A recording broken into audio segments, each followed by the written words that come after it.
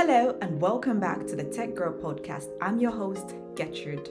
Today's guest is someone who can talk about AI, women in tech, demographic decline, and still casually tell you that your phone can probably predict when you're on your period. I'm talking to Lieke Lamb, innovation strategist, board member, director of Women in Tech Netherlands, and professional Stop Being Modest ambassador. You have to listen to the conversation in order for you to get it, because she really emphasizes the part where you don't have to be modest. In this episode, we get into why the future suddenly feels like it's arriving every 6 months. If you have not felt that, then I don't know how your industry is evolving, because in my world, it feels like it's arriving every 6 months and I gotta catch up. So take your running shoes to catch up. Anyway, why is AI powerful and creepy? Why women keep leaving tech even after they get in? And yes, why your daughter's saying, I'll just marry rich, is an interesting inclusion strategy. But at the heart of it, Lieke asks a simple question. If tech is going to shape everyone's life, why are women still not in the rooms where it's designed? As well as other forms of diversity. Let's get into the conversation. Hello and welcome to the Tech Girl podcast. Today I am excited to have Lieke Lamb. She is a keynote speaker, innovation strategist, board member, co-author of the book Your Future and E-commerce, CEO of the Future Expertise Center, as well as director of Women in Tech Netherlands. This conversation, I'm very excited as I think it will be very interactive, very forward-thinking, and also piggybanking a lot on the knowledge she's been sharing over the past 20 years of experience within the tech industry. Lieke, welcome to the podcast. Thank you so much, Gertrude. It's great to be here, and I love to have this conversation with you about everything that's coming. Great. Oh, that's amazing. I mean, when you hear your bio, or when you look at your career, what are you most proud of? Ooh, good question to start off with. Well, I'm most proud of my own curiosity and ability to fit into whatever comes my way. My ideas as a young girl were completely different, and I kind of went with the flow, but I made my own career path in that way. I invented my own job. And I think I'm proud of the way that I accepted that and I built that. Yeah, it's great that you've done that, especially creating your own job, because many other times that people want to fit into a certain descriptive box of what a job or career should be. So yeah, it's very nice to look up to you and being able to do that for yourself.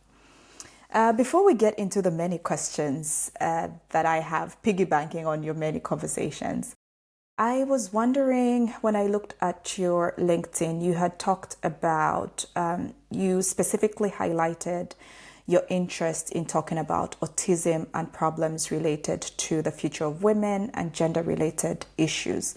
Why that theme in particular? Well, first of all, I'm a woman myself, so and I encountered a lot of challenges in my life because I'm a woman. So in that sense, I think it's an important issue.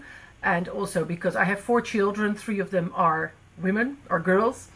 And so in that sense, it kind of moves on forward from me to the next generation. I have a great heart for the next generation. I love to teach. I love children and students. The energy there, the eyes, the future there. I love that. And yeah, women in that particular field of technology are left behind in a world where technology is advancing so quickly and so greatly. It's really important that we keep women involved there. So it comes from my own experience, from my children, from what I see around me. And of course, I started to work in a completely male-dominated field and encountered so many summits, events, talks, gatherings, meetups, where I was one of the only or few women that, it worries me because the topics discussed there are important also for women. So they should be there. Yeah, absolutely. I couldn't agree more. And I like that you brought up the future and passing it on. Lately, the future feels like it happens really fast. Like before, when we talk about the future, it would be like 5 years from now, 10, 20. But today, the future feels like just 1 year in advance. And when you look at the next, let's say, 1 to 5 years, being someone that watches trends, what do you believe will reshape who gets to innovate and who gets left behind? Yeah, good question. One of the biggest trends at the moment, of course, is AI. Mm-hmm. Dominated by a few companies only, which is rather scary. There are an enormous amount of companies who work with AI, do something with AI, but the big controllers are only a few companies, male-dominated companies. Yes.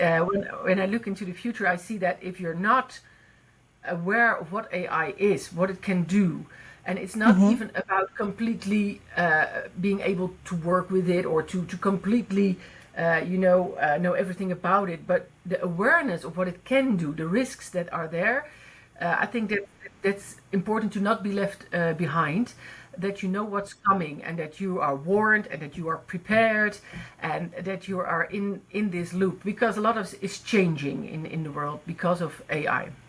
Yeah, absolutely. And indeed, it's something that you've often spoken about. I remember seeing something in the lines of digital literacy as something that you've also highly talked about. And maybe what's the difference between digital literacy and AI literacy?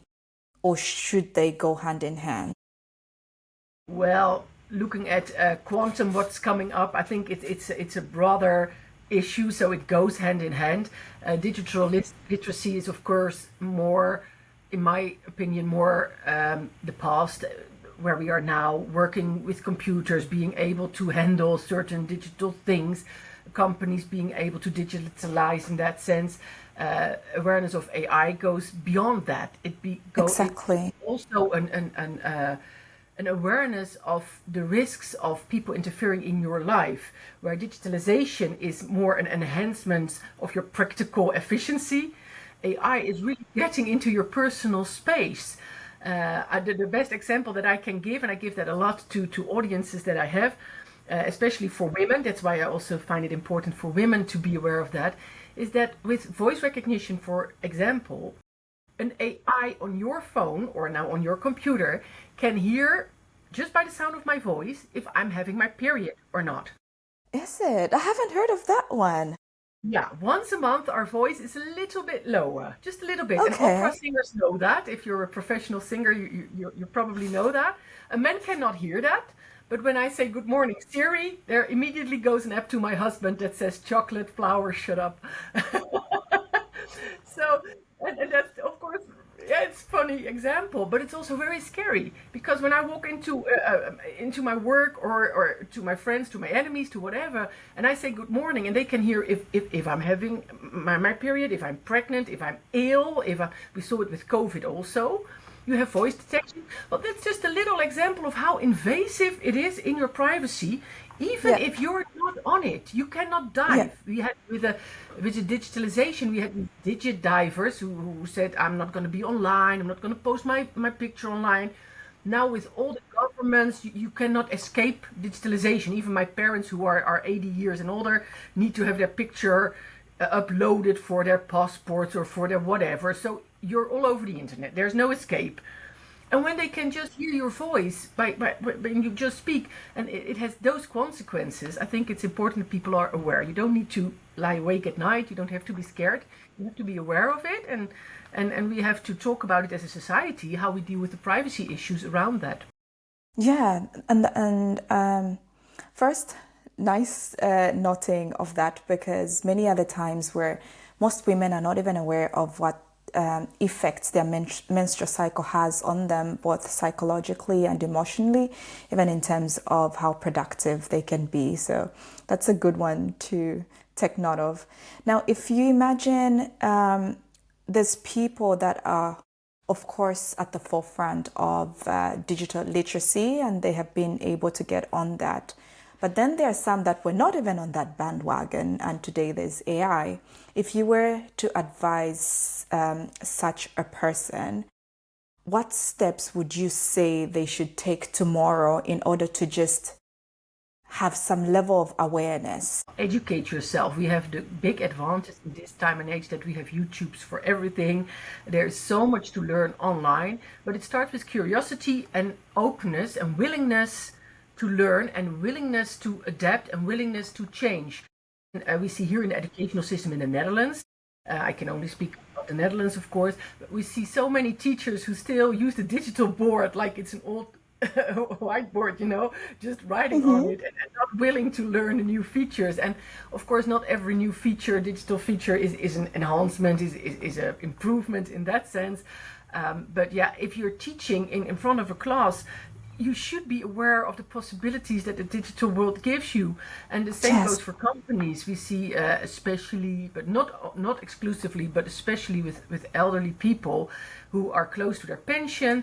Yeah, the will to change is not that big. They say, okay, we'll wait it out. And that's, in my opinion, a wrong way to approach it, because I think that change is inevitable, and it's also fun. Let's make it fun also with each other and see the chances and talk a lot about it. But yeah, it starts with your own curiosity and your own openness to change and willingness to learn. Yeah. For some people, especially elderly ones, one thing that I have learned as well in my advocacy for sort of technological literacy is that they have fear. It's a lot of fear. Have you ever encountered that? Yeah, but of course, we as humans tend to, very wisely, fear everything that we do not know. If something's new, I fear it. If I do not know the consequences, I'm hesitant to let that into my life. So yeah, there is a lot of fear, and I think we can laugh at the fear, but we can also try to take the fear away. It's with a child who has a monster under his bed. It's not enough to say, oh, there is no monster, shut up, go to sleep. No, you go with the child under the bed to check if there's indeed a monster, or you send the monster away, or whatever. And in that sense, you should take people by the hand and teach them and learn them, so that takes away the fear. And that's what we try to do, especially with the youth in the schools and at the universities. And that's why it's important that also girls learn about technology, because the more you know, the less fear there is, because you're in charge, you know what's going on. That's very true. You've also written and spoken about how the next frontier of innovation is not just digital. You acknowledge the digital aspect, but you also emphasize that it's human. In that line, where do you see the biggest untapped talent in terms of us being humane in this very highly technological world that we're living in? Yeah, well, it's a very interesting time and age that we live in. Because people say that it's really not an era of change, but a change of eras. I doubt that it's that big. But there's a lot going on, and we also see a shift to the more human-related connections. I have children in the age of like 20, 25, and they say that the internet is dead. That the whole internet, because of the AI, is becoming like social media, a nice distraction, nice movies, nice short clips, YouTube Reels, whatever. For serious information, they almost will return to the library. We're not there yet. But they say, yeah, but and I just wrote an article on that the AI is eating itself. There's so much rubbish, and an AI is, of course, just an outlet of what we feed it. So if we feed it rubbish comes out. Yeah. So with all the deep fake movies and all we see the news on the internet, and we're not sure if it's news anymore, because we see Trump kissing Putin, for instance. We can understand that it's fake, but we don't know, things like that. So we go back to a more human validated information.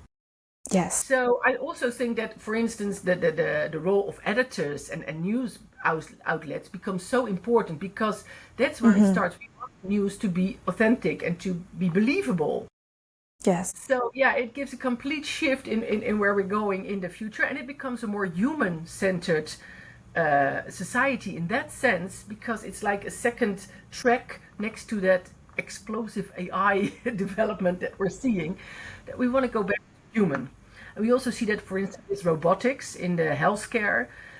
We see a lot of very unpersonal care. It's very efficient, it's very nice, but attention, real attention, is what keeps people going. And you can have a very sick person who is about to die, and if you give them all kinds of medicines, they will still die. But if you give them attention, they might even live a day longer. You really see results of people getting personal attention in their state of well-being. So in that sense, we always say attention is the new gold. And of course you can mimic it with robotics and with AI. That's a big debate, because I'm always the one here in the Netherlands who's saying like AI is the new God. You can pray, you can confess to AI, and an artificial system can help you, can talk to you. We already see some youngsters being addicted to AI, as in that they see it as a psychiatrist. We even see very bad examples of AI advising wrongly to the youngsters, where even suicide was one of the outcomes. So it's a very dangerous area. So yeah, human interference, human touch, human in the loop is for the future very, very important, because yeah, we're human. What makes us human? That's a big question, of course, in this day and age. What's the difference between us and an AI? And what makes us human, and how do we perceive our future? Do we want it to be human? I saw now a vending machine in Las Vegas, where you not only can get Snickers or cola, but you can get from robotics with this big vending like shop machine thing. You can get shampoos, you can toothpaste, and everything with robotics. The reactions underneath were so funny, of people saying, oh, we're going to boycott this because we want to have a real cashier there, etc., etc.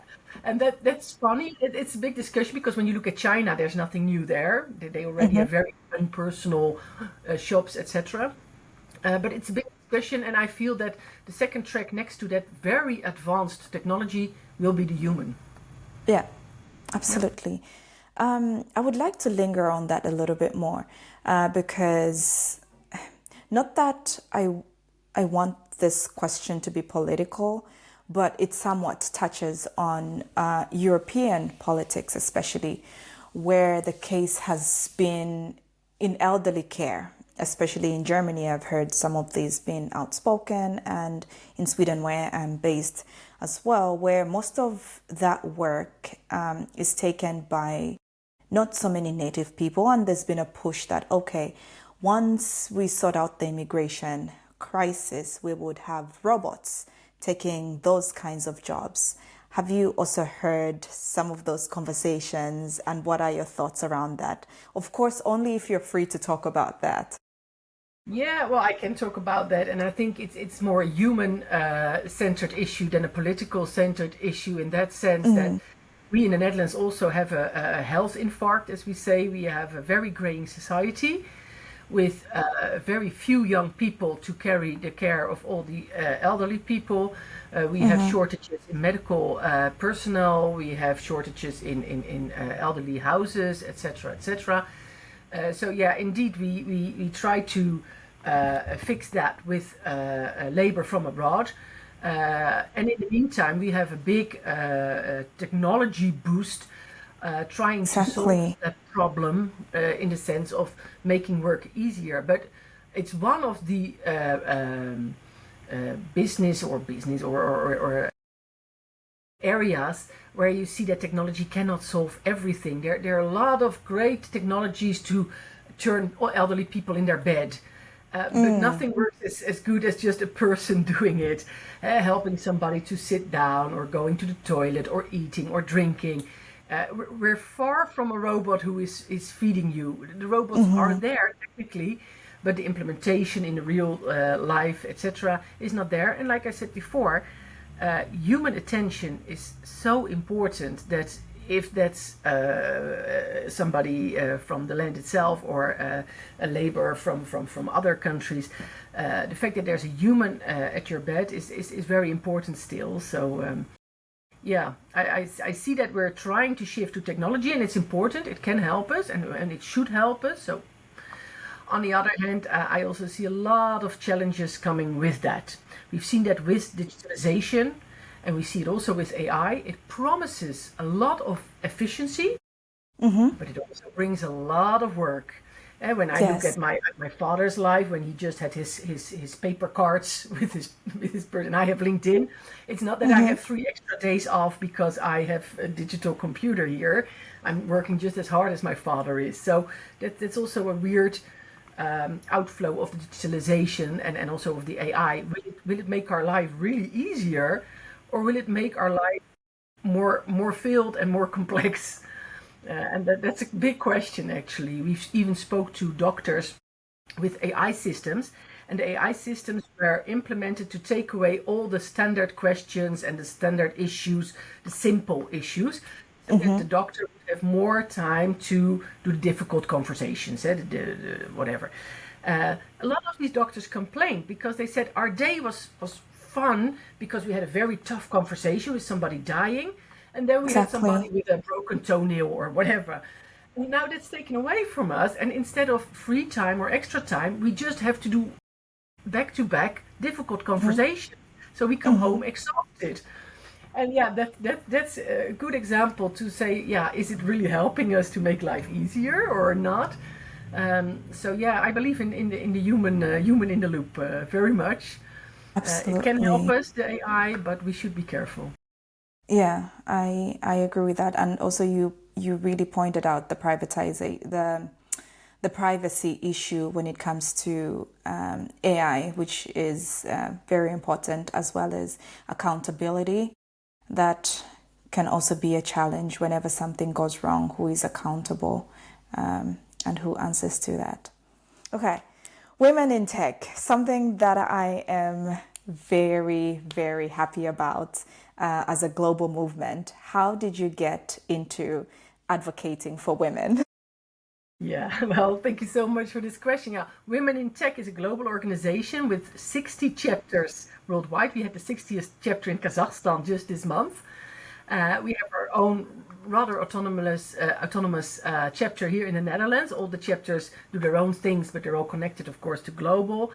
And here in the Netherlands, we have a very vivid community. I was introduced to it in 2019 when the Dutch chapter came about. I first was in the board, and eventually I became the director of the chapter. And it's great to be connected to those 60 chapters. I have so many sisters all around the world, and we have all these app groups where we also discuss cultural differences. We have all the different festivities in the world. We have Christmas, and others have other kind of things. It's great to be connected and to learn from each other, to empower each other. That's the idea. The idea of the organization is to empower 5 million girls and women in the field of STEM. That's just what you want, by 2030. And in that light, we organize all kinds of events, gatherings, Zoom meetings, whatever. And it's great because, like I said, I feel it's very important, especially in this time of shifting political movements, Yeah. that we keep our eyes on women. Because, like I said, I don't be too political, but I see a very big shift from independent women going into the work field back to a movement of women should be in the kitchen and Yes. just having children. Yeah, that's something that worries me, and that I'm very eager to work for and talk about. Absolutely. And just, I think the value of letting the women decide what it is that they want to do and not have a narrative pushed on them. I like the movement very much, and I'm part of whatever women in tech kinds of initiatives that go on. But lately, I've been feeling a little bit of a conversation and frustration in that it's recognizable that it's fewer women in technology. It's even fewer women within leadership positions in technology. And we're talking about that. But at the same time, the few women that enter the space leave early, they do not progress, and sort of there's a feeling of still being excluded. Is that something that you've also heard within the conversations that you've been having? Yeah, you're spot on. It's the same here in the Netherlands. It's the same here in Europe. We have bigger group of women entering technological studies. It's getting better. But when we look at the work field, after a first or second year, they leave the technological work field. And here in the Netherlands, we have declined the last years of percentage of women in technology roles, and especially in leading roles in technology. And that's very difficult. We did a lot of research and we did a lot of talking, like why do they leave these companies? And it's still a matter of not belonging, not feeling at home, not being taken seriously, etc. And I think that starts in the schools. One of my highlighted points always is the schools. Like I said, I had three girls and I have three girls and one boy. I had a boy and a girl who were in the same class in high school, and I went to talk to a teacher about their grades. They had the same grade, but the speech that I got with my daughter was like, it's not that good, and if it's not there yet, the technical feeling, then maybe she should choose other subjects, and blah, blah, blah. And then I came for my boy, and he had the same grade, and it was like, yeah, but he's still young, he can grow into it, and things like that. And even when you look at the covers of the books used in school, for technological subjects like mathematics, chemistry, there's always a boy on the front of the book. The examples are always male-oriented. It's always a F1 car or whatever. And not to say that girls cannot like a race car, but it's not inclusive, even in those little nudges. And that sets the bar for women to say, okay, this is not my area, this is not for me. So yeah, that's something that always keeps me very much alert. Like, how do schools do that? Because it starts at the school. And to give one good example, if I may, I'm just keep talking, but please cut me off if you do not hear. But one example that I always give, and I think it's a very important example, is that there was this chemistry teacher for my youngest daughter, and she was polishing her nails in the class. And he became very upset. He cut her out of class, and he said, "You're going home and you're doing some extra work, because this is not what we do in class. We're not polishing our nails. What you're going to do is you go home and you go find a formula, a chemistry formula, to quicker dry your nail polish." And she came home, she said, "Mom, makeup is just, it's chemical." And that was such a great nudge for her that I even called the teacher and sent him some flowers. Because I think, but I mean, that's what we need, right? Yeah. That's how you make it tangible for children, and yeah, then it's something in their real world. And so that's always my go-to example. But it is what it is. If you look at the high schools, it's all the technical subjects are still so made for guys. And also when you go to companies, when you're in a team of just guys, and I know how it is, and I'm one of the few women who are fine in a male environment, but I've seen so many women and girls who really do not like it, and it can go from the heating not being up enough because men tend to be much warmer than we are, to jokes, to sexistical things, or guys just looking up each other at the coffee machine, or work promotion not being granted to women. There's a lot of reasons, but we really have to work on it, because like I said, the technology is going to be the future for all of us, and in designing the future, in designing the world of tech, we need women there in the design room. Absolutely. I really like that. We need a lot of voices in the design. And it brings me to my next question about, well, if you are advising, let's say, a startup, and I believe you do that as well as a board member, right? What inclusion checkpoint would you insist before launch? This is not going out without this. Which one would it be? Well, it very much depends, of course, on what it is. But I always advise to let at least there be one female in the designer team or in the startup team, and also look at what does this do for women, because they're very much overlooked. It's also a very big part of the consumers. I mean, it's a very big group. It's half of the population, right? So I make it my case that they look at it. And yeah, with the startup world, it's really very sad that there's only 1% of the venture capital is for female-owned startups. So I have, of course, a kind of like a preference, to say it like that, for female startups. I love them, but I also talk very roughly to them, because I still find that also women, and I'm going to be very strict with that, have the tendency to downplay themselves, to be too shy and too this and that. And I speak very fiercely to them, because you have to get out there yourself, and you don't have to imitate guys, because I think we can, we can fight for a spot on the table, but we can also build our own table. So yeah, no, but we can step up the game a little bit. From a young age, we are learned as women, we are taught as women to be low-voiced, to be nice, to smile, etc. And I was very upset. I saw on the Facebook about a female inventor who actually earned a big prize, but her male colleague got the prize. And the article said, yes, she was so modest, she didn't make a fuss. And I was like inflamed. We should not be modest. We should make a fuss.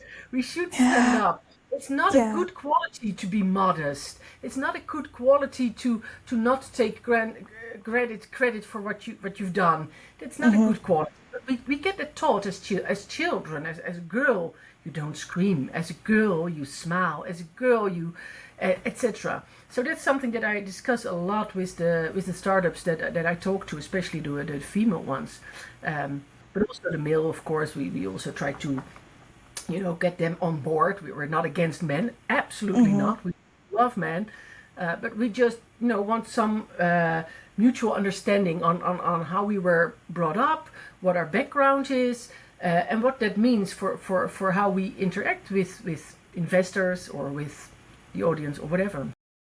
Absolutely. How do you help such women that are naturally more inclined to the stereotypical way of what makes a good woman, a good girl in the workplace? I have several tracks to do that. Of course, a lot of talking, giving them examples. I always talk about my own example. I used to be very shy. Now I'm a speaker on stage, but I never dared to speak on the stage when I was younger because of insecurities.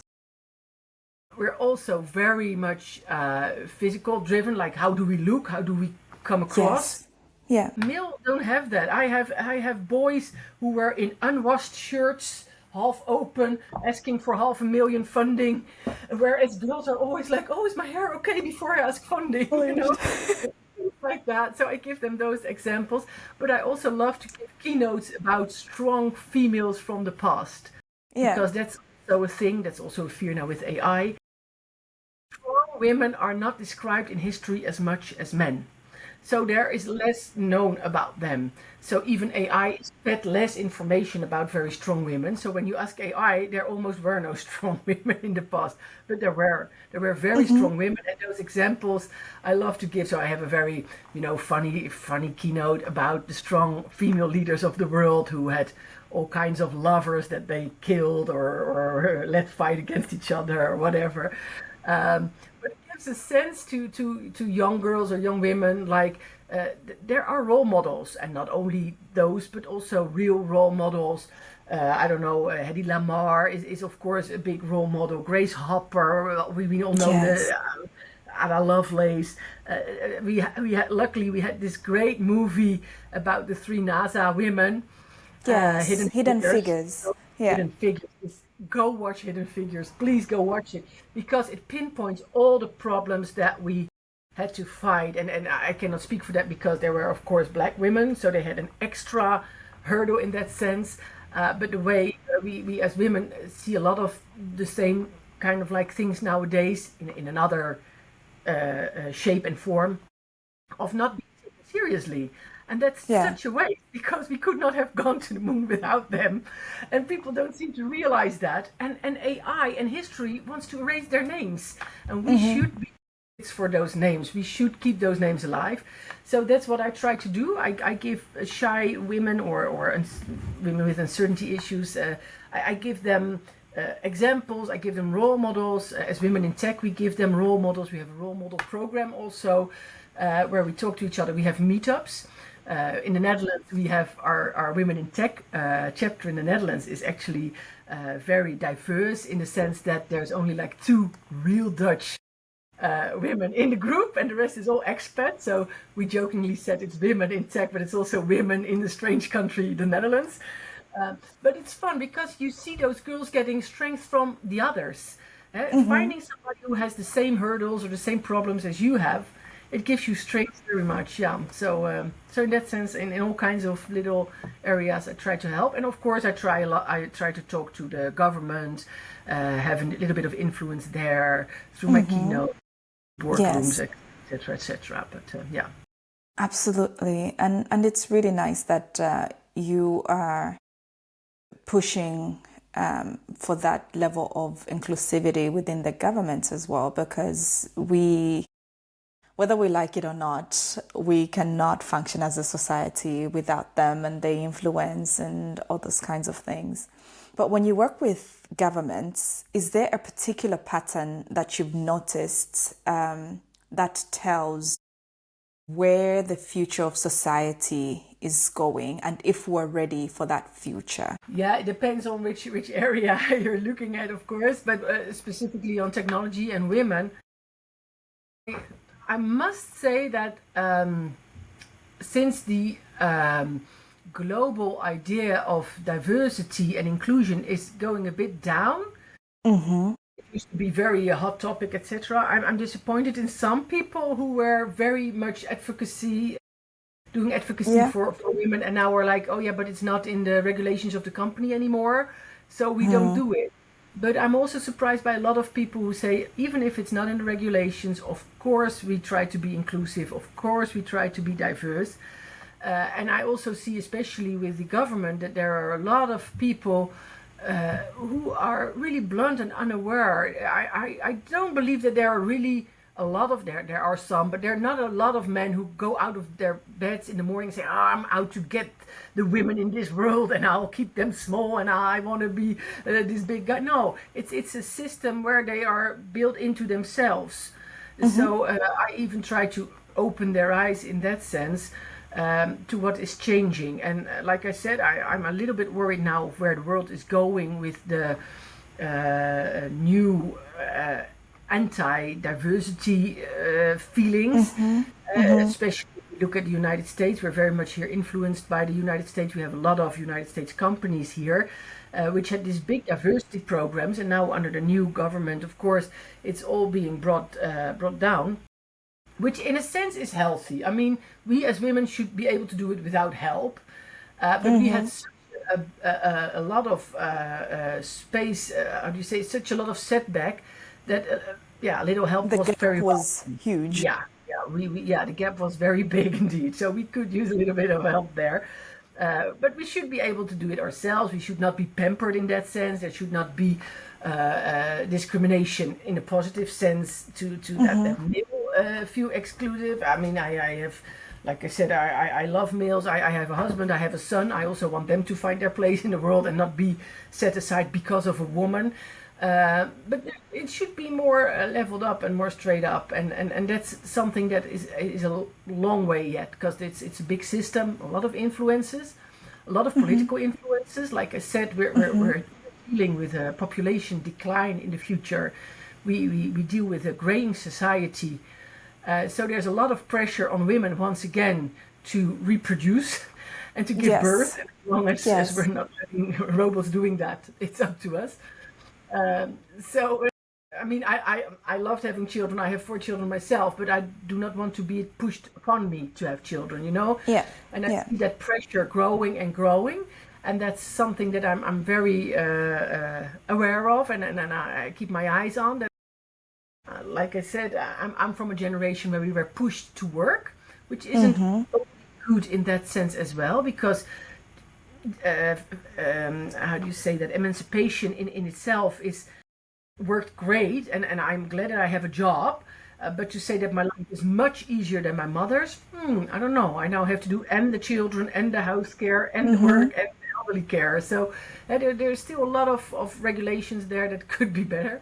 But yeah, the new trend of girls, again, being pushed to have children is something that worries me.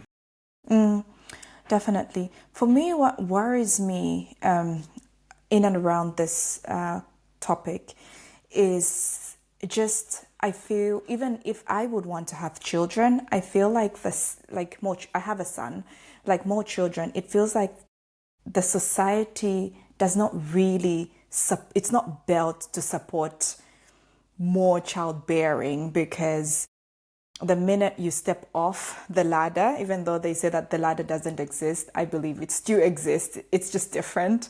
Then it's more like I start and the rate at which working in tech advances, just 3 months away from the workforce puts you way back and you're already fighting to get, let's say, a promotion to the next level. That means, well, I don't know when you will get your chance. And then it also puts you back in terms of your pension, if that allows your earning potential, your confidence. It's just like, what's the payoff of doing this? I will still have heartburn. I will still have back pain. I will still, all those actual physical effects, side effects that come with being pregnant and childbearing. And still the beauty standards are of a certain type. It's like, do I really want to, It's funny that you said, I have, like I said, 3 daughters, and one of those daughters asked me, Mom, why not marry rich? And I was in the world. Yeah. Why go to the hurdle of having a career and fighting in a boardroom when I could be at a beach just being a trophy wife? Yeah. Yeah, that's great. Yeah, good question. No, I hear, because that's like I said, emancipation in that field kind of like filled us as women. It just gave me more tasks, and yeah, where's the upside? On the other hand, we tend to forget very easily how hard it was for the generation before us. Having a guy who just leaves you for another person, then you're no longer a trophy wife at the side of a swimming pool, but then you're a broke woman with a few children. Yeah, exactly. And yeah, the reason that they don't give you easy access again to a new job after 3 months of pregnancy leave, yeah, of course, they want women to be back in the kitchen. I really think that there are a few agendas who would love to have women back in the kitchen, so they make it harder to re-enter the working space in that sense. But know what you're giving up. It's a lot of freedom that you're giving up if you're returning completely to that kitchen. And I know that we have that in the TikTok trends. We have the wives in the kitchens again, and with the aprons and baking cakes, and it's very funny, but it's not reality. Of course, emancipation came from a lot of pain and sadness from a generation of women who was really completely dependent on the yes or no of their husbands. And as long as your husband's great, then it's super. But when it's not great, then you have a big problem. Yeah, that is true. So I'm still curious, what's your response to your daughter when she says marry rich? Well, then take your mother-in-law with you. No, of course, I discuss it with her that there's some advantage in marrying rich, absolutely, and just doing nothing. But when he finds somebody else, and he will eventually, it's a guy, right? So, but when he finds somebody else, then you're nothing. And it's also fun to be. It's twofold. It's fun to be involved in things of the world, like technology, but I also think it's a bit of a responsibility. We have to have women there. I mean, if you see that the seatbelt, safety seatbelt, Yes. the dummies that they tested it with were just guys without breasts. Well, we as women have breasts, so the seatbelt turned out not to be as safe for women with breasts as it was for men without breasts. It's insane. We need women at the table there. It's our responsibility to develop this world, to shape this world. So yeah, I understand her wanting to be at that swimming pool as a trophy wife, but I urge her to be careful what you wish for. And in that sense, my curiosity is so big that even if I had $8 million right now, I would still work and look at all the new technology because I love it. I love shaping the world, and I think the world is more than a swimming pool. But an occasional swimming pool is nice. Not to say Yeah. that. And traveling is nice, but yeah, the world is more than that. So I try to teach them. But yeah, I don't know what they're going to do. Maybe she'll find her sugar daddy. But yeah, I hope that she will still be involved in technology, etc. Because it sounds better than it is in practice, I believe. Yeah, I can agree with that.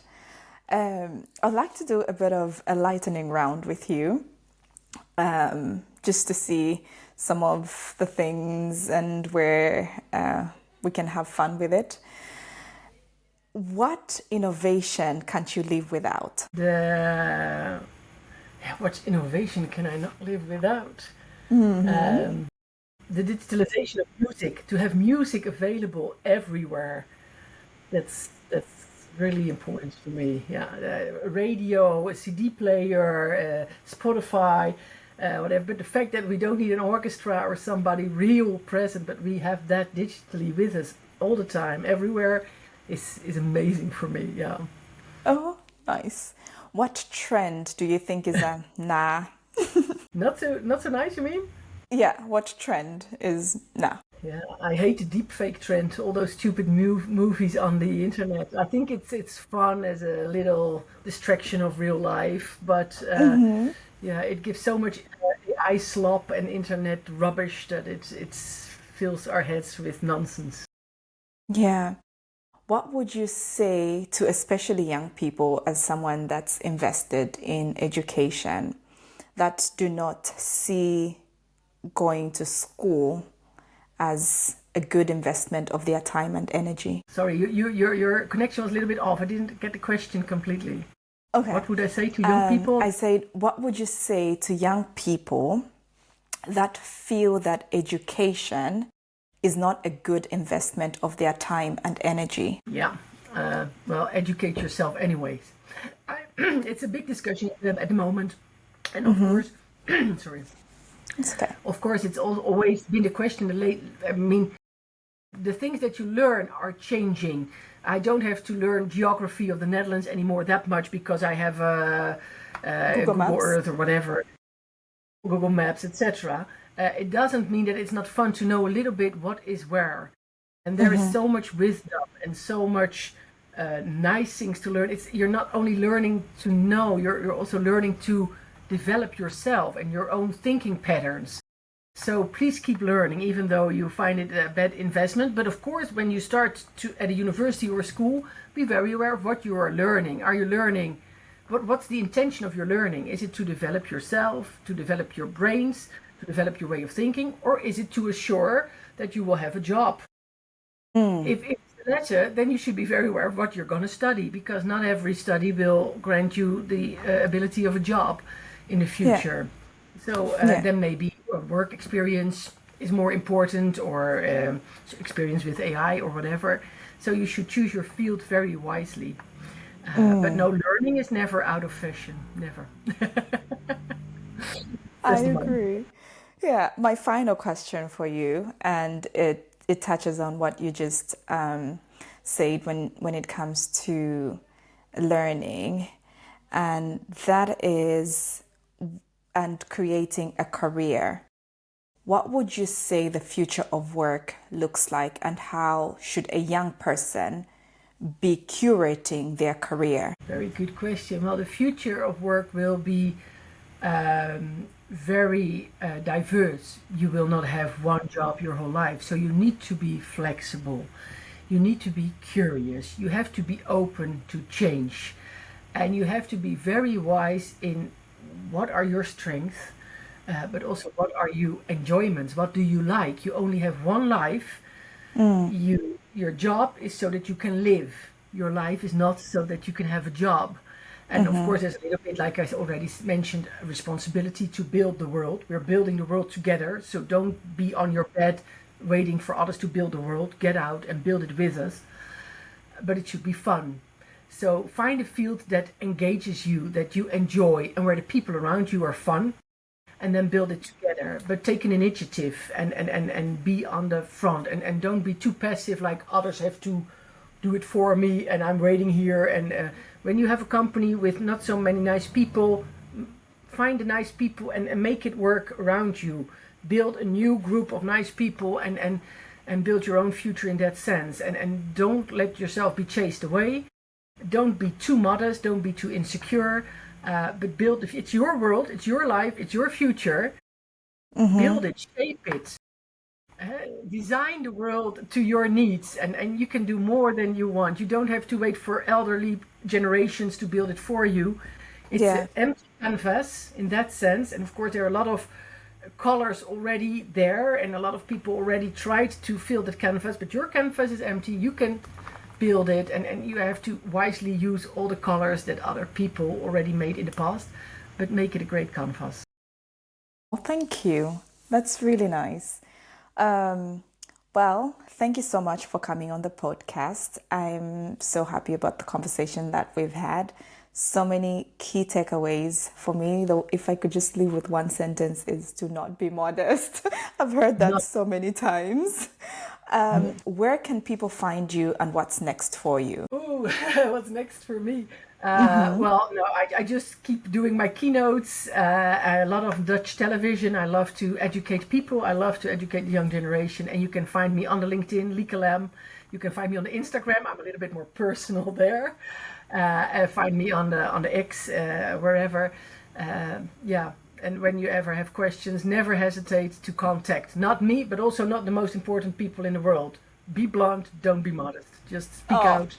And build that world, and if you want to, address people for that, do that. Just reach out. Well, that's amazing. Thank you so much for that advice. Please do not be modest and speak up. Lieke Lamb, thank you so much for coming on the Tech Girl podcast. Thank you so much, Gertrude. It's great to be here. Great podcast. Thank you so much for having me. Yeah, thank you too. As you can tell, I really loved that conversation because basically, like I said, even though tech can get faster, smarter, and more robotic, attention is still the new gold, and you need to strive for that. We can have AI that detects our mood, our cycle, maybe even our cough, but still, it can't replace a real person turning an elderly patient in bed and speaking to them, giving them hope. Who says, okay, you like nail polish? Let's talk about chemistry. Did you catch that one? And in her closing remarks, she challenges all of us, and I'm stealing her words. Women, stop being modest. Don't let your idea, your startup, or your seat at the table disappear. Just because you were raised to smile, to not make a fuss, to be quiet. The future needs loud, bold, technical, immigrant women, moms who code, because if we're not in the design room, the world gets designed without us. And we don't want that kind of a future now, do we? This has been the Tech Girl Podcast, and I'm your host, Gertrude. Join me next week for another interesting conversation. And you can find me on social media, LinkedIn mostly, as well as on Instagram and everywhere you get your podcasts from. Goodbye.